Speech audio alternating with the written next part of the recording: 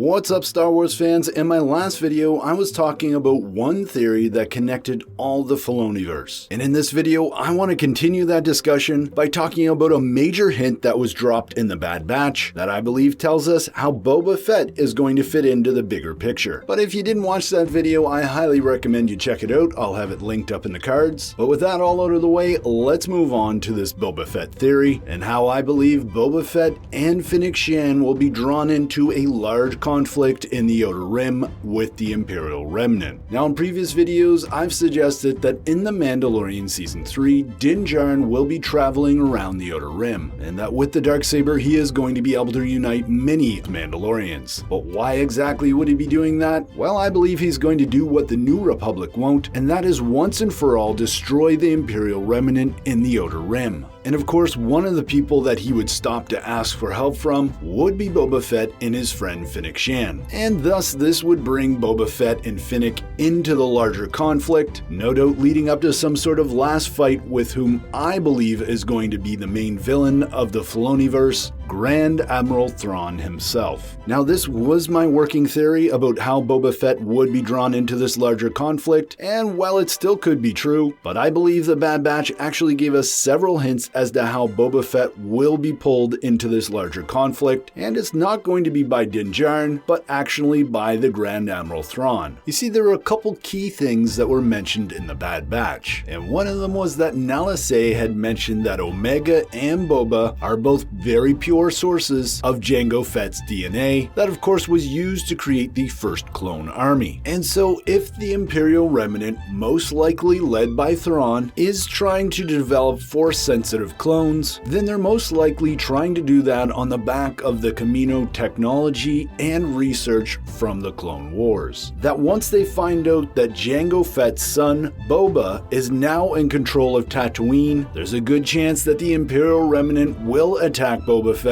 and Fennec Shand, taking a DNA sample from Boba Fett to help further their cloning efforts. But that all said, there's just one big problem with that theory, and that is if the Imperial Remnant do end up taking a sample from Boba Fett, why wouldn't they just take him with them and imprison him, or even kill him so he doesn't have an opportunity to seek revenge? And I think the answer to that question is that Din Djarin will show up at the end of the book of Boba Fett, helping fend off the Imperial Remnant and making sure that they can't take Boba Fett with them. In this way, Boba Fett will have a blood oath to Din Djarin and will join his quest to destroy the Imperial Remnant. At least that's my crazy speculation for today, folks. Let me know in the comments below what you think. As always, I'm Mike. Thanks for watching, and may the Force be with you.